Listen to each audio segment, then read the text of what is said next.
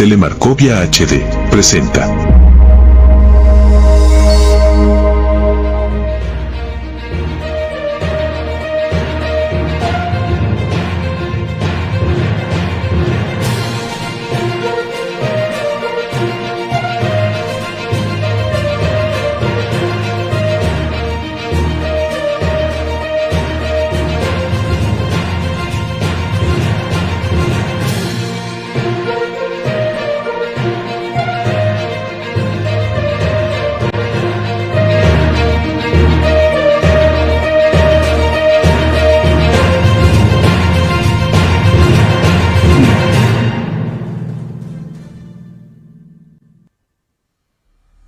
Muy buenas tardes a toda la comunidad de hondureños en debate. Gracias por ser parte de este proyecto que domingo a domingo nos acompañan y esperamos poder llevarles a ustedes material y entrevista de calidad. Hoy tenemos un invitado de lujo. Hoy tenemos a Aldo Romero, periodista y escritor. Empezamos saludando a nuestro compañero Olvin Silva, presentador de Hondureños en Debate. Muy buenas tardes, Olvin, ¿qué tal estás? Buenas tardes, José. Buenas tardes, licenciado Aldo, un placer tenerlo aquí. También saludamos a toda la comunidad que nos sigue a través de Telemarcovia y a todos los que nos conectan en nuestras plataformas. Muchas gracias y sean todos bienvenidos. Iniciamos. Le damos la bienvenida a nuestro invitado. Muy buenas tardes, Aldo. Gracias por aceptar la invitación de Hondureños en Debate, un programa creado para la comunidad migrante que le interesa un cambio en Honduras. No, gracias, es un enorme gusto, José, Olvin, gracias por la invitación y qué bueno poder saludar a todo el auditorio y poder compartir con ustedes en esta edición de Hondureños en Debate. Así que gracias por la invitación y a la orden de ustedes. Muchísimas gracias, Aldo. Nuestro espacio está diseñado para tratar de llevarle, Aldo, a la comunidad hondureña todo el acontecer político, temas que tienen que ver con nuestro país. Nosotros iniciamos con una tanda de preguntas, pregunta Olvin, pregunto yo al final del programa, abrimos las líneas telefónicas, si lo consideramos así, en el espacio, para que el migrante pregunte básicamente todo lo que quieras saber sobre el acontecer político y de país. Ok. Empezamos. Aldo, usted es un periodista muy reconocido en Honduras que ha entrevistado a cientos de personajes políticos. Cuéntenos cuál ha sido el personaje político más difícil de entrevistar y en qué canal lo entrevistó. Ayer casualmente estaba haciendo una relación de eso porque siempre acostumbro en algún momento a compartir con los jóvenes, particularmente con los jóvenes periodistas, algunas experiencias. Y alguien me preguntó en alguna ocasión eso, y ayer casualmente, no sé por qué, viendo algunas publicaciones periodísticas actuales, me acordaba de eso. Ya son 32 años, y en 32 años pues me ha tocado hacer de todo. Me ha tocado desde la parte de reportero de calle, empecé cubriendo noticias primero deportes, por supuesto, por ahí comencé, pero ya cuando pasé a noticias generales me tocó mucho la cobertura policial, la cobertura de noticias judiciales, pasé por fuente económica, fuente política, noticias de gobierno, y luego dirigir algunos espacios informativos. No sé, como personaje más difícil de entrevistar, yo siempre recuerdo a Mario Raúl Jun Pacheco cuando era jefe de las Fuerzas Armadas, porque las respuestas de Jun Pacheco eran sí o no. Y si usted no estaba preparado con un cuestionario de preguntas, no tenía que preguntar. Yo ya sabía más o menos cómo respondía él. Y para poder sacarle algo de información, yo tenía que llevar la batería de preguntas, porque él en su momento decía, no tengo comentarios, sí, no, no tengo conocimiento. Pero había que preguntarle para poderle impulsar a responder.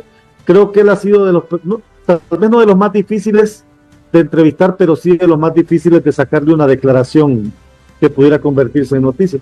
Él quizás, el expresidente Flores también era un personaje difícil de entrevistar, y de los nacionales creo que ellos tal vez como los más difíciles por su por su inaccesibilidad en ese momento, ¿verdad?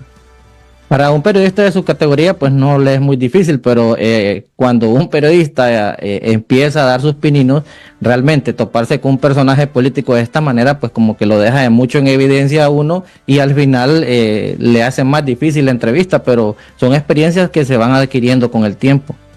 De acuerdo, y no crean, sí,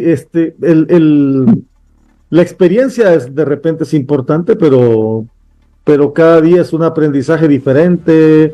A menudo uno se va encontrando con situaciones complejas en esto del periodismo. Todos los días se está aprendiendo, todos los días está en constante aprendizaje, conocimiento, experiencias.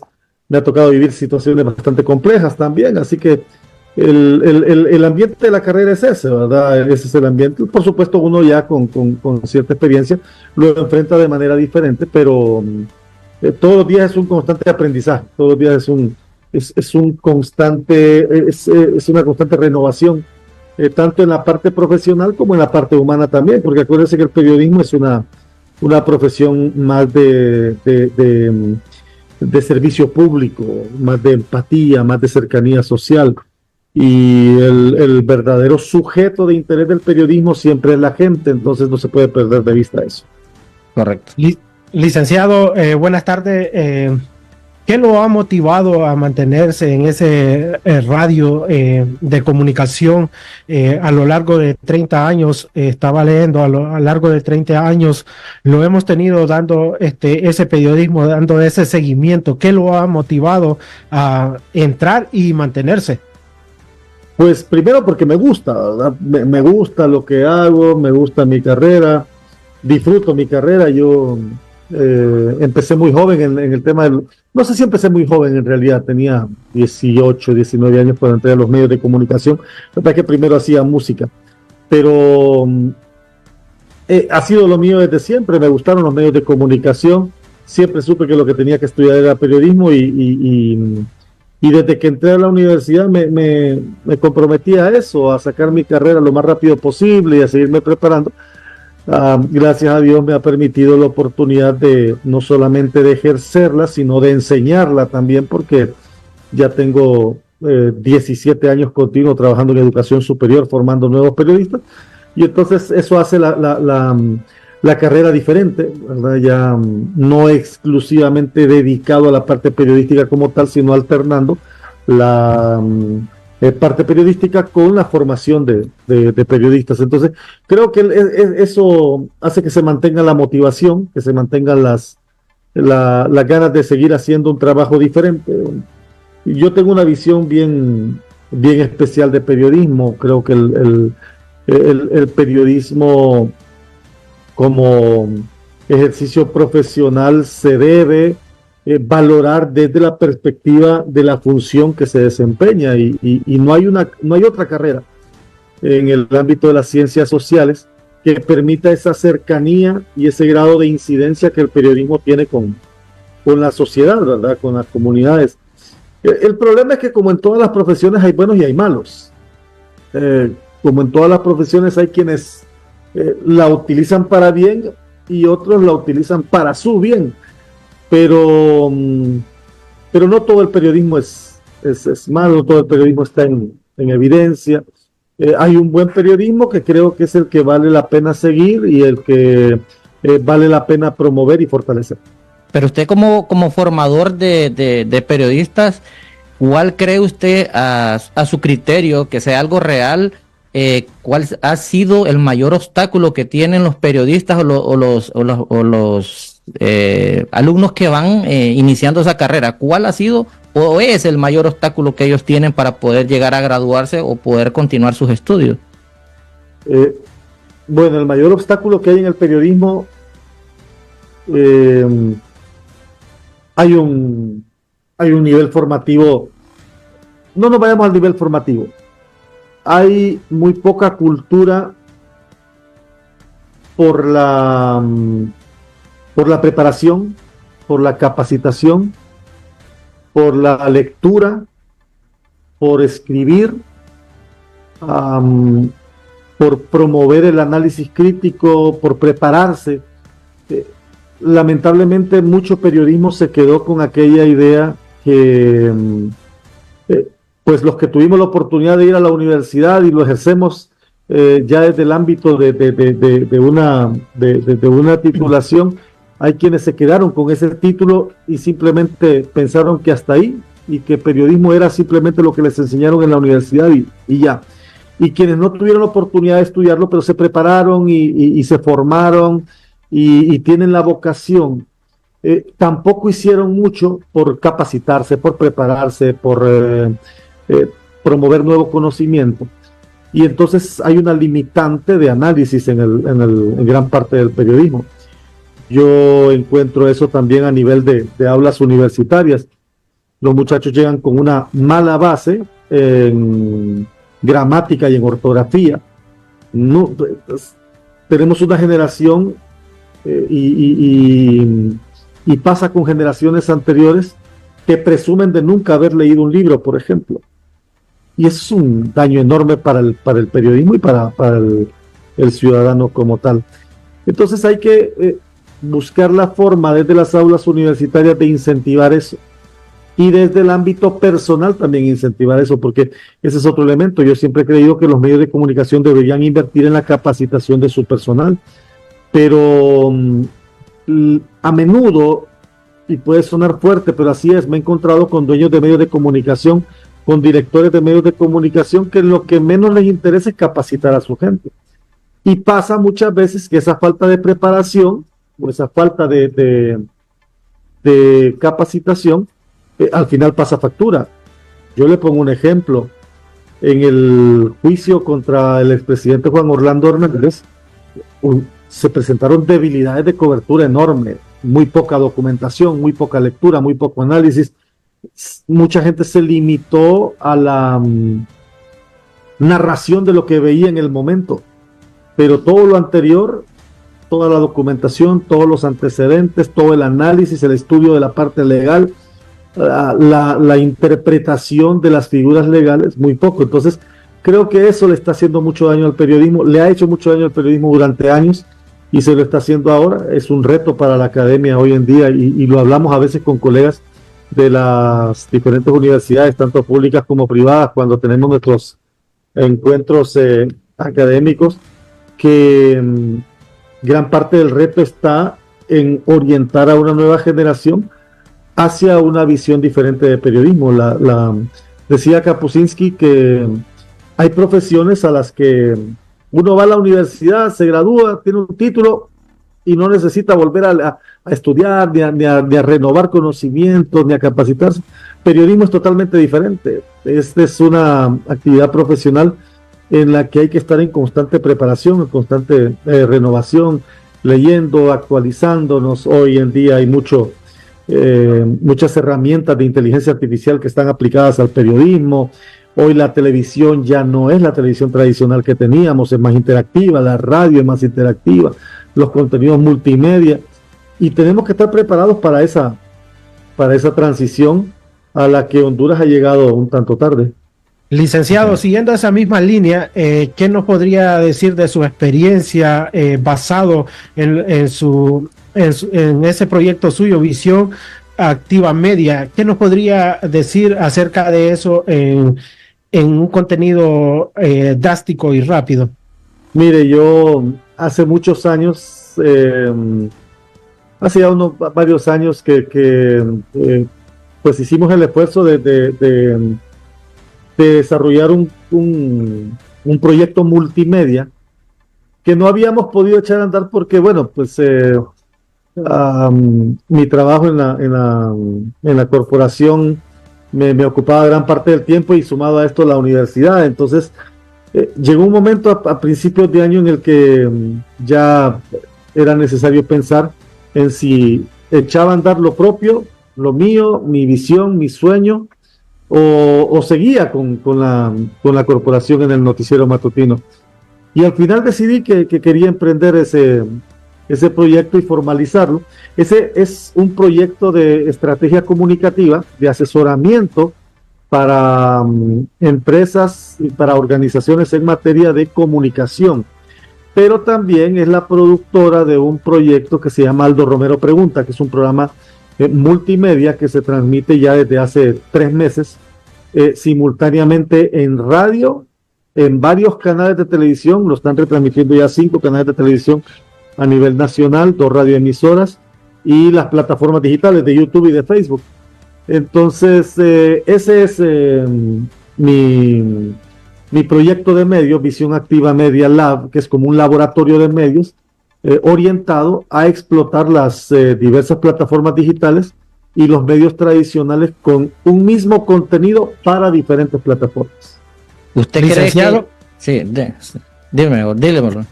No, lo estaba escuchando atentamente y en esa línea nos damos cuenta de que el licenciado Aldo se ha movido en diferentes áreas y siempre tratando de comunicarnos una verdad, trayéndonos un ejemplar. Así es que Aldo nace y se inspira en escribir.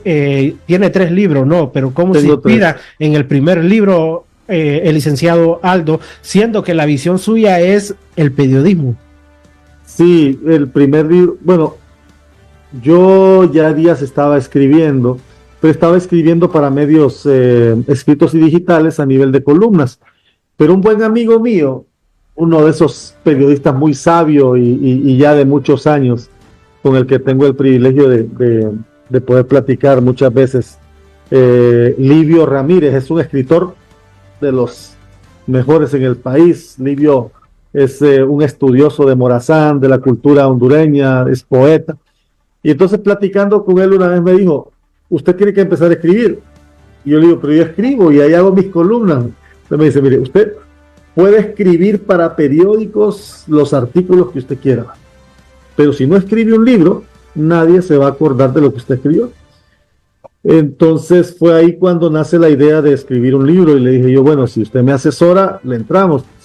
Y él comenzó a asesorarme y cuando platicábamos le dije yo que lo primero que yo quería, o el primer tema que yo quería enfocar escribiendo un libro es acerca de mi experiencia profesional y que le sirviera a la actual generación de periodistas y a la nueva generación de periodistas y también a los consumidores de información.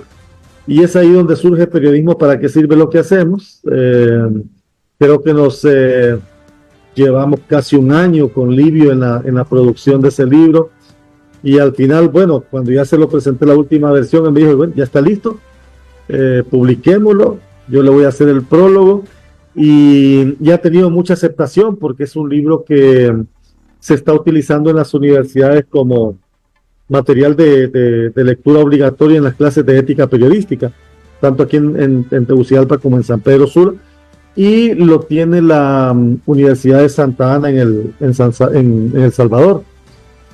Ese fue el primero y si bien no creo que sea tan completo como quizás el último, ¿verdad? Porque el último ya me agarró con un poco más de experiencia. Sí creo que tiene más significado por el enfoque que le doy y el uso que definí para el libro en un principio, que era para 3 públicos específicamente: periodistas en ejercicio, estudiantes de periodismo y consumidores de información. Siguiendo esa misma línea, Aldo, hablemos del libro El lado oscuro de la política. ¿Por qué ese nombre y cuál es el mensaje directo que usted quiere hacer llegar al ciudadano hondureño con ese libro? Ese libro, el nombre creo que es que ha llamado la atención de la gente. Bueno, les cuento que fue el que más mandé imprimir y el que más rápido se agotó.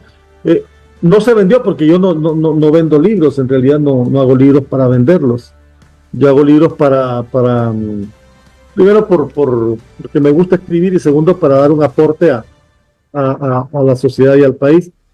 Ese libro, yo no sé, ustedes quizás están un poco más jóvenes que yo, pero ¿recuerdan ustedes hace ya un par de décadas en que solamente íbamos a elecciones con 2 partidos tradicionales y los emergentes, que eran en este caso El Pino y la Democracia Cristiana, hablaban mucho de un lado oscuro en el Partido Liberal y en el Partido Nacional.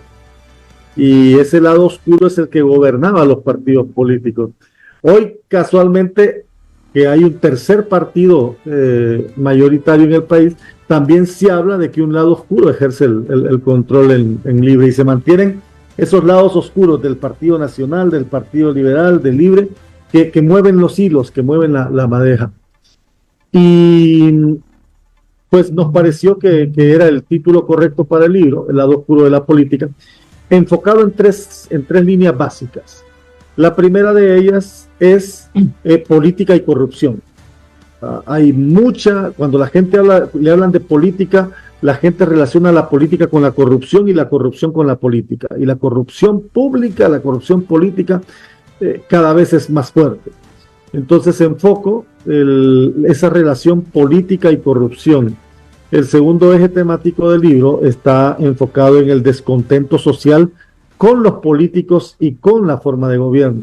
Cada vez la gente cree menos en los políticos, la gente cree menos en la democracia, la gente tiene un descontento de participar, está renuente a participar en los procesos electorales, porque al final dice, voy a votar, pero al final gana quien ellos quieren que gane y no se preocupan por los verdaderos problemas del país.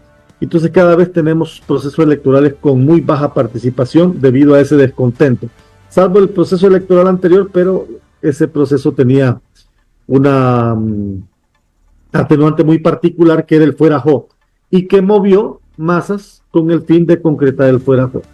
Pero si usted analiza los procesos anteriores, han sido procesos bastante pírricos en materia de participación ciudadana. Entonces ese es el segundo eje temático, cómo funciona el poder, cómo actúa el poder para controlar los organismos electorales y provocar ese descontento de la sociedad con la política. Y el tercer eje, que es ya la propuesta básica del libro, la propuesta de valor, enfocado en la reinvención de la política desde la conducta ética, incorporando nuevos liderazgos, incorporando filtros de participación en los partidos políticos para garantizar que personas que hayan cometido actos irregulares, que dinero de origen ilícito, que intereses particulares participen desde los partidos políticos. Entonces ese es el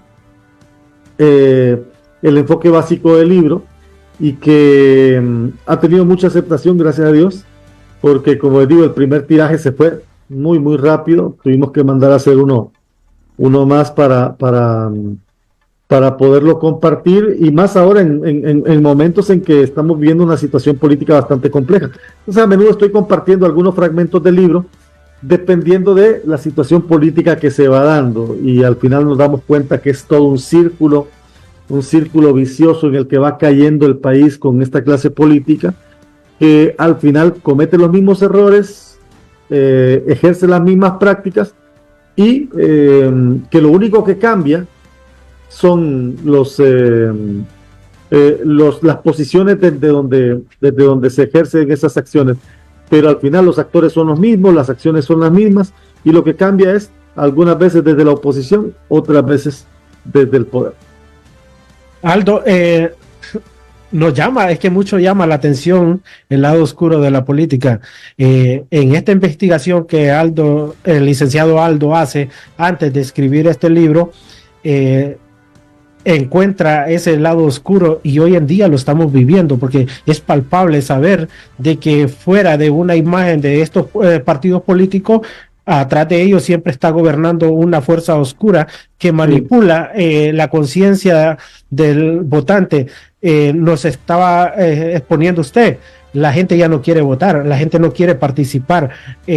Podemos darle vida. Quiere decir que este libro hoy más que nunca está más vigente, porque nos está hablando de una realidad que está viviendo el país.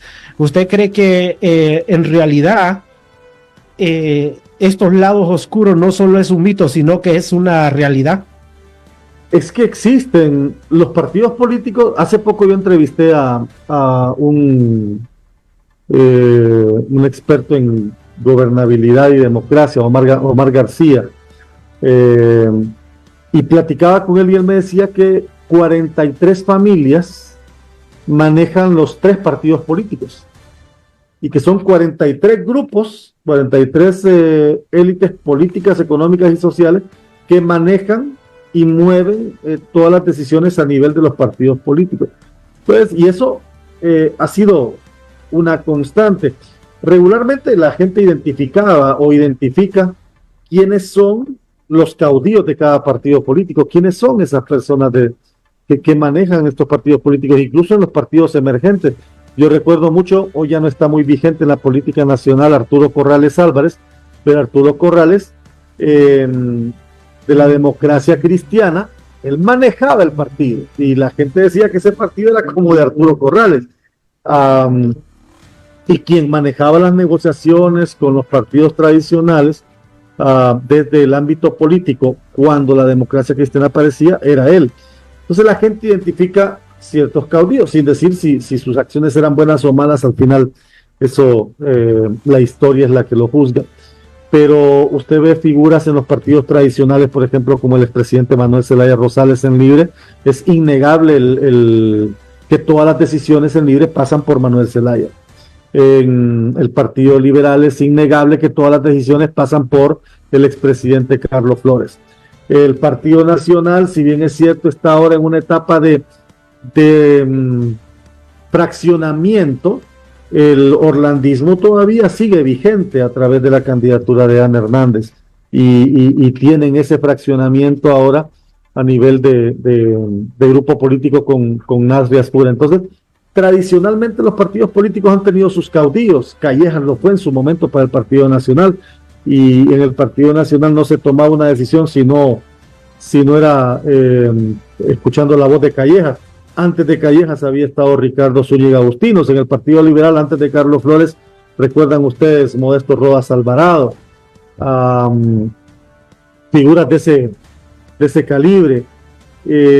Entonces la gente identifica esas figuras e indirectamente las liga con ese lado oscuro en el que quien quiere participar, quien quiere entrar con nuevas ideas, con nuevas perspectivas, tiene que contar con el visto bueno de los caudillos de cada partido político. Entonces la gente identifica esos lados oscuros que son los que deciden, los grupos que deciden dentro de cada partido político. Aldo, al regresar de la pausa vamos a tocar el tema país. Por el momento nos vamos a una pausa.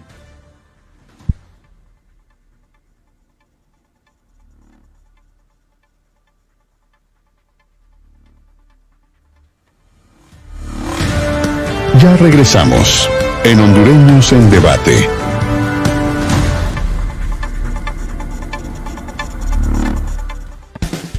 First Response Ambulance, servicio médico de emergencia.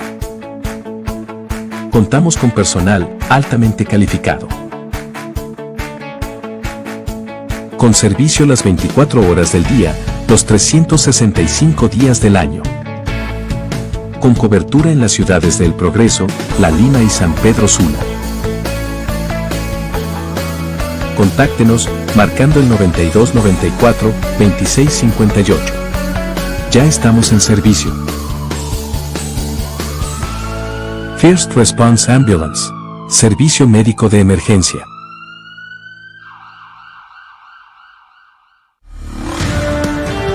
Continuamos en Hondureños en Debate.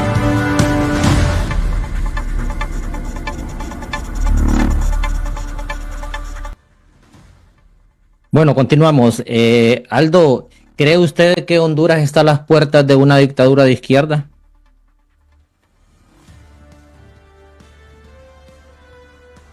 Lo que creo es que estamos en un momento en el que el país y la clase política gobernante y de oposición deben tener en cuenta que gran parte del destino del país, para bien o para mal, está en sus manos. Yo no sé si estamos a las puertas de una dictadura. Lo que sí es que estamos a las puertas de un deterioro casi total de la gobernabilidad en el país. Tenemos fuerzas políticas acostumbradas a no dialogar, acostumbradas a exigir, acostumbradas a imponer su ley, a imponer sus criterios, a imponer sus posiciones, a tomar decisiones enfocadas en sus intereses y no en los intereses del país. Yo cuestiono algo, José y Olvin, cuestiono algo en el sentido de la transparencia del discurso político. Cuestiono la transparencia del discurso político. Creo que la señora Xiomara Castro no se rodeó de la mejor gente para gobernar. Creo que la mayoría de su gabinete de gobierno no tiene la capacidad para ejercer las funciones que están desempeñando, y eso está a la vista. Es decir, en temas de energía, en temas de economía, en áreas de infraestructura, en el tema ambiental, ahora con esa cárcel que quieren hacer en las Islas del Cisne, están demostrando que son funcionarios, primero, que no conocen el área en la que están, y segundo, que no están bien asesorados, por un lado, y eso le provoca ciertos anticuerpos al gobierno de Xiomara Castro por los desaciertos a los que está sometido constantemente su gabinete de gobierno. Por otro lado, tiene un Congreso Nacional con un presidente que es falto de personalidad, falto de liderazgo y inaccesible al diálogo. De ese lado, del lado gobernante. Pero del lado opositor, usted tiene un liderazgo que ya estuvo en el gobierno, que ya gobernó, que ya tuvieron la oportunidad de hacer por el país lo que dicen que quieren hacer y no lo hicieron. Tiene líderes de oposición que permanentemente están en los medios de comunicación hablando de corrupción, y se les olvida que en su momento avalaron grandes casos de corrupción. Entonces, tenemos una clase política que no es coherente en sus acciones con su discurso. Y estamos muy metidos en esto de izquierda y derecha y en ese juego de ideologías. Y lo que vemos cada vez más es un deterioro de la gobernabilidad en el país. Entonces, al final, de lo que se requiere es de una clase política diferente. Yo creo que el próximo año veremos, y ojalá la situación lo permita, porque hay quienes hablan de un bloqueo a las elecciones. Yo esperaría que no, ¿verdad? Que el panorama no está para una nueva situación política conflictiva, como saltarse las elecciones e imponer, por ejemplo, la continuidad de un gobierno. Eso no va a pasar. Si este gobierno va a continuar, va a ser en las urnas. Las elecciones al estilo Honduras, como le dicen, pero al final va a ser en las urnas. Aunque muchos hablan del temor a que no haya elecciones. Pero yo lo que creo es que llegó el momento de un nuevo gobierno sustentado por diferentes fuerzas políticas y ya no por un solo partido político. Creo que van a aparecer esas oportunidades de coalición que van a pues terminar con esa hegemonía de los partidos políticos tradicionales, de que se ganan elecciones solo a través de un partido. El próximo gobierno llegará producto de una coalición de partidos políticos, de una coalición de liderazgo, y esperemos que esa apuesta salga bien. Veo a un partido Libertad y Refundación bien fraccionado con la salida de Jorge Cali, pero igual veo un partido nacional también bien fraccionado entre el grupo que apoya a Nasri Ascura y el grupo que no lo apoya, que ya es un grupo bastante fuerte, y veo un partido liberal buscando agarrar el candidato que lo salve, ¿verdad? Y en esa línea anda buscando incorporar tanto a Salvador Narrala como a Jorge Calix. Entonces, creo que el momento político del país, más que si se va a consolidar o no se va a consolidar una forma de gobierno, el momento político del país es bastante complejo y requiere ya no de esos caudillizgos, de esos caudillos en política, va a requerir del concurso unificado de varias fuerzas para encontrar una forma de gobierno diferente. Reforzando lo que usted me está diciendo de Xiomara Castro, de que no tiene apoyo de sus funcionarios, hoy por la tarde tuve una conversación con un alto político del Partido Liberal y me dice que el problema que han tenido los gobiernos básicamente es que ponen en puestos muy importantes personas que no tienen la capacidad para desarrollar esos puestos, y número dos, que hay muchas personas que ingresan a la política y al gobierno para cambiar de estilo de vida, porque incluso claro, me dice, yo conocí, choferes, yo conocí guardaespaldas, me dice que ahora son millonarios, entonces es un punto muy importante que me comentó. El mismo Jorge Calix cuestionó que habían funcionarios en este gobierno que su primer trabajo había sido ser funcionario, ser ministro, pero eso ha sido una constante, y bueno, miren la pandemia, lo que nos pasó, ¿verdad? En salud una profesora y no un profesional de la salud, en la parte forestal en educación, perdón, un ingeniero agrónomo y no una persona conocedora del área. Y no es que necesariamente deba ser así, pero cuando usted un líder, un verdadero líder, busca las mejores personas en los diferentes ámbitos. Si usted va a desarrollar un proyecto, liderar un equipo de trabajo, usted tiene que buscar personas que tengan habilidades, capacidades, conocimientos y que sean expertos en un área en la que usted no lo es. Entonces, usted conforma un equipo con expertos en diferentes áreas para que las cosas funcionen. Pero cuando usted busca personas simplemente por afinidad, por amistad o por política, sin tomar en cuenta su meritocracia, entonces las cosas no funcionan. Los verdaderos líderes ubican gente estratégica en puestos estratégicos y desarrollan proyectos. Lamentablemente el gobierno aquí, los partidos políticos y quienes han llegado a los gobiernos lo han visto como haciendas particulares, y ahí es donde está el grave problema. Licenciado, ¿usted cree que realmente es allí donde está el problema o realmente esto es una forma operandi de todos los gobiernos? Porque es imposible, teniendo la cantidad de dinero que tienen, adquiriendo a los asesores presidenciales que tienen toda la capacidad para hacer un sondeo de cómo está la opinión pública, tienen todo el entrenaje. ¿Cómo es posible de que sigan repitiendo los mismos problemas? Vimos en Copeco dirigiendo a Copeco un reggaetonero. Entonces, significa que a los gobiernos les interesa tener a los personajes incompetentes en esta zona. ¿Es una forma operandi para mantener al pueblo desubicado o qué es lo que está pasando? ¿Qué es esta pandemia? Es que se asignan los puestos por cuotas de poder. Se asignan por cuotas de poder, por afinidad, por amistad y no por... Yo, por ejemplo, en tanto tiempo de cobertura, yo ya sé quiénes son los funcionarios con los que el Partido Liberal gobernaría en caso de ganar. Ya sé quiénes son los que utilizaría el Partido Nacional.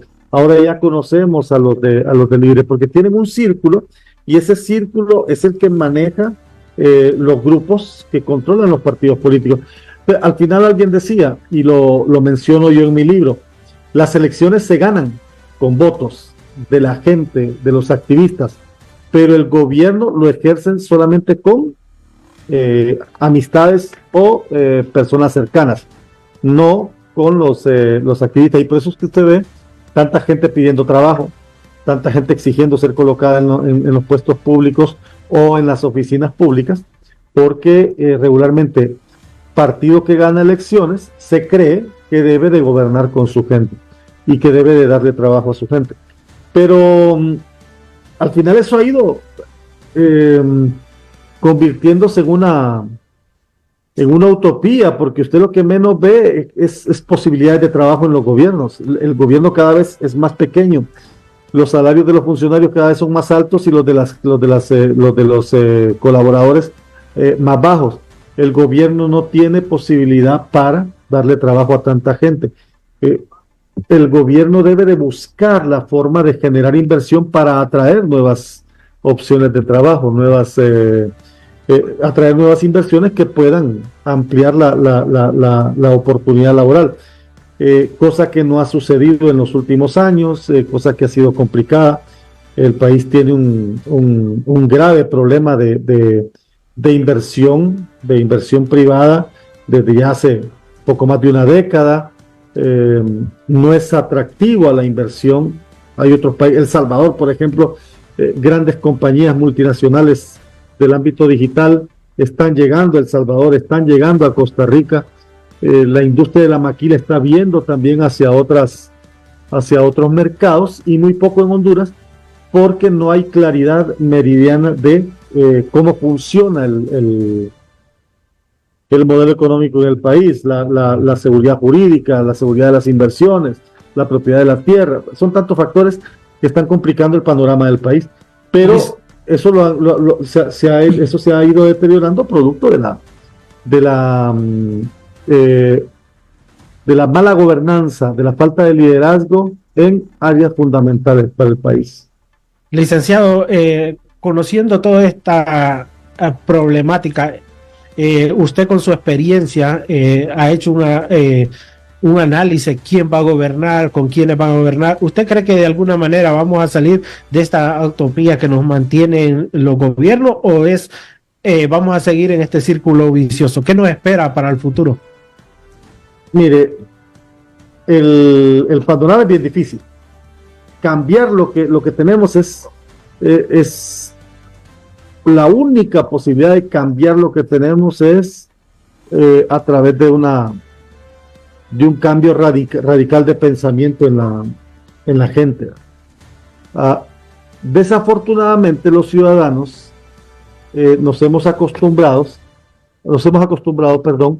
a que nuestro voto solamente sirve para elegir, y que la exigencia ciudadana y el derecho ciudadano solamente se ejerce con el voto, y no de manera permanente, obligando a los gobernantes a dar respuesta.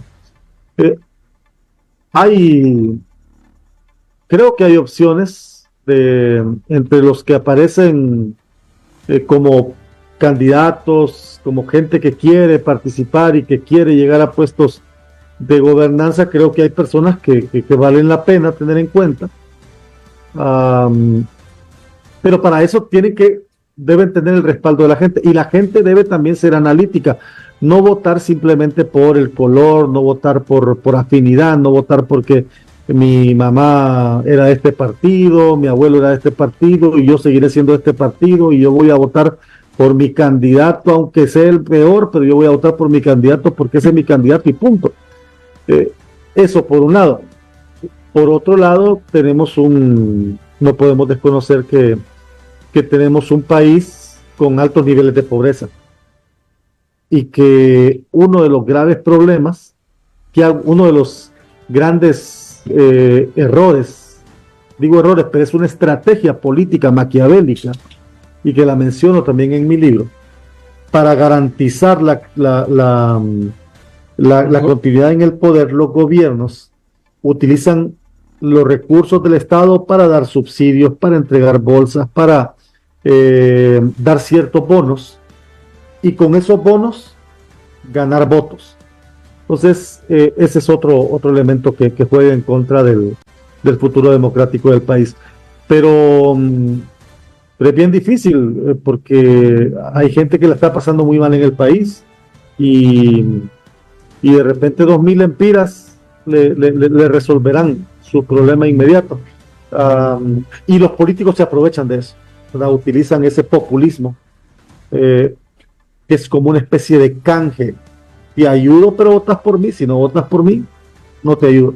Entonces, eso afecta bastante también la transición hacia una mejor gobernanza. Pero creo que hay una nueva generación que está pensando diferente. El problema es que también estos muchachos y esta gente joven se nos está yendo, porque el país no presenta bueno, ustedes lo saben muy bien, el país no presenta las oportunidades para que estos muchachos se queden, y estamos sometidos a esa fuga de gente joven.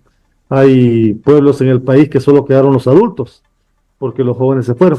Entonces el panorama es bien difícil. Yo creo que hay gente que está participando y que ha aparecido ahora en política que tiene credenciales como para darle el voto de confianza, pero creo que la gente, el votante como tal, debemos volvernos ya votantes racionales, pensar en función de el beneficio del país, y ojalá que lleguemos a ese nivel. Hablando de que la están pasando muy mal los hondureños, ¿qué opinión le merece a usted el sistema de salud en Honduras? ¿Por qué no avanzamos? ¿Por qué no avanzamos a la par de las instituciones privadas, ya que el presupuesto de salud es muy amplio? Sí, bueno, ya no tan amplio, porque el mayor presupuesto del país ahora está en seguridad y defensa y en casa de gobierno, ¿verdad? En el Ministerio de la Presidencia. Esas son las 4 áreas donde está concentrada la mayor parte de los recursos: seguridad, defensa, casa de gobierno, Ministerio de la Presidencia y Congreso Nacional. Son las instituciones que más dinero se llevan del presupuesto. Educación y salud quedaron ahí en medio, un rango intermedio, pero el problema de educación y salud es que el 90% del presupuesto de educación y salud se ve en salarios. 1. 2, tenemos un sistema de salud bastante inequitativo.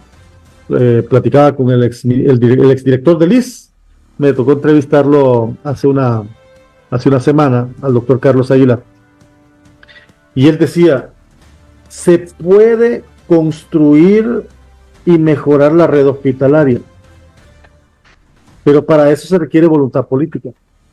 El problema es que la inversión pública se está yendo a otras vías y no a proyectos macros. Entonces, si gran parte del presupuesto que se va a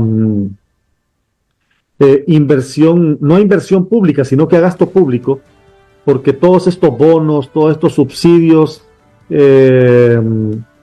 contratos temporales, todo esto es gasto público, no es inversión pública. La inversión pública busca tener a futuro rentabilidad y beneficio. El gasto público simplemente se eroga dinero. Entonces, gran parte del problema es que no hay una visión de inversión pública. Le pongo un ejemplo. Se quemó hace unos meses el hospital de Roatán.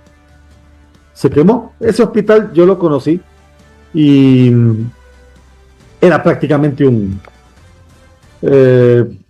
la comparación no es, pero era un chiquero. El hospital estaba totalmente abandonado, deteriorado, construcción ya de muchos años, gran parte de madera, otra parte de bloque, pero ya bien destruido. Roatán tiene en un 75% su nuevo hospital construido, moderno, una construcción de primer nivel.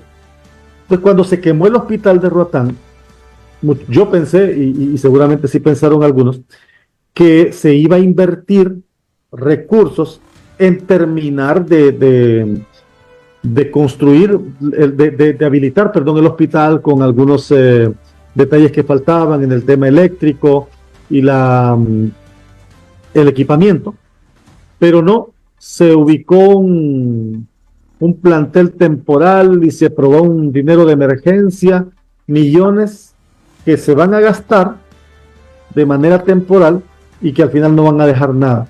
Y el hospital que tienen y es una construcción bastante amplia y muy buena, sigue igual paralizado porque no se ha terminado. Entonces, esa es la visión de nuestros gobernantes, esa es la visión de nuestros funcionarios en materia de salud. Igual pasa en educación. Entonces, no hay interés por mejorar este tema. el enfoque de los últimos gobiernos, porque pasó en el gobierno de Pepe Lobo, pasó en el gobierno los dos gobiernos de Juan Orlando Hernández, está pasando en este. La mayor inversión está concentrada en defensa y seguridad. La mayor cantidad de dinero del presupuesto, defensa y seguridad. Más de 20 años dedicando la mayor parte del presupuesto a defensa y seguridad, y tenemos un país inseguro y con altos niveles de violencia. Entonces no hay un equilibrio. Es como decir, tenemos un saco sin fondo. Licenciado, ya estamos acercándonos al final de este programa. Me gustaría escuchar un poco la opinión suya acerca de lo que ha pasado en Nueva York, un hecho histórico para el mundo, para Honduras. Se celebró el día contra la droga, dándole una sentencia a un presidente. ¿Usted cree que esta sentencia fue justa, fue merecida? ¿Tuvieron qué nos podría decir en un lazo de unos minutos, ya que nos estamos siguiendo, el tiempo vuela? Le dejo la pregunta: ¿qué piensa usted? ¿Fue justo o no? Más que histórico, fue penoso para el país, ¿verdad? Porque es una vergüenza para el país que un exmandatario sea condenado por narcotráfico. Aquí se generó el debate si era cadena perpetua 45 años. 45 años es prácticamente una cárcel de por vida para un hombre como él que tiene 53 años, ¿verdad? O sea, 45 años es una cárcel de por vida. Lo que venga para allá ya dependerá de sus abogados. Mire, Estados Unidos tiene creo que ese es el país más informado del mundo. Tiene su sistema judicial muy independiente del sistema político. El Departamento de Estado es una cosa, el Departamento de Justicia es otro. La investigación que se hizo, creo que no se la sacaron de la bolsa. Ya días venían haciendo seguimiento, y más que si fue justa o no fue justa, yo lo que diría es que es penoso para el país que se nos siga conociendo como un narcoestado, y consultaba yo con algunos expertos en el tema y les preguntaba que si con esta condena se terminaba esa influencia del narcoestado en el país, de la narcopolítica en el país, y me decían que no, que más bien varios personajes de la política hondureña estaban como en fila para entrar en nuevos procesos desde Estados Unidos. Si al final desde Estados Unidos nos van a venir a ayudar para sanear el ámbito político en el país, pues qué bien, ¿verdad? Pero para el país es penoso que quien ocupó la máxima magistratura del país haya sido condenado por narcotráfico. Bueno, me gustaría, Aldo, antes de despedirme, que me respondiera en esta pregunta de manera corta. ¿Cree usted que el gobierno actual esté reteniendo peticiones de extradición que Estados Unidos le ha enviado? No lo sé. Sería irresponsable si le dijera que sí o no. No lo sé. El canciller ha dicho que todas las que llegan a través de Cancillería se procesan, y lo mismo ha dicho el ministro de Seguridad. No lo sé. Lo que sí sé es que tarde o temprano van a aparecer, y si están engavetadas algunas, tarde o temprano se van a desengavetar también. Ok, solo me queda agradecerle, Aldo, por estar en este espacio informando a la comunidad migrante, porque es enriquecedor escucharlo a usted, ese material, esa biblioteca humana que lo que es, pues, y me gustaría saber si para las nuevas personas que vienen estudiando periodismo, usted da algún taller o da capacitaciones o da un tipo de enseñanza para que personas pues puedan enriquecer su periodismo. Regularmente estamos ahí haciendo conferencias y las publicamos siempre en redes sociales, o publicamos algunos artículos ahí en redes sociales. En el sitio web también, aldoromero.com, ahí hay muchos artículos también relacionados con periodismo y buenas prácticas. Así que por ahí también pudiera ser una oportunidad para alguna gente que quiera leer o que quiera visitar la página para ver algunos recursos.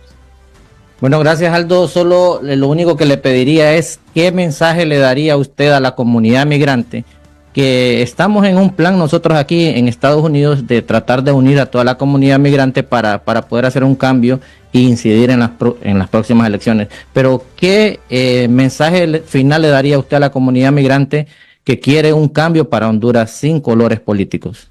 Fíjese que nuestros hermanos migrantes deben tener la conciencia de que gran parte del sostenimiento de la economía aquí en el país pasa por ellos, ¿verdad? Es increíble, la mayor parte de generación de divisas en Honduras viene de remesas que envían nuestros migrantes al país.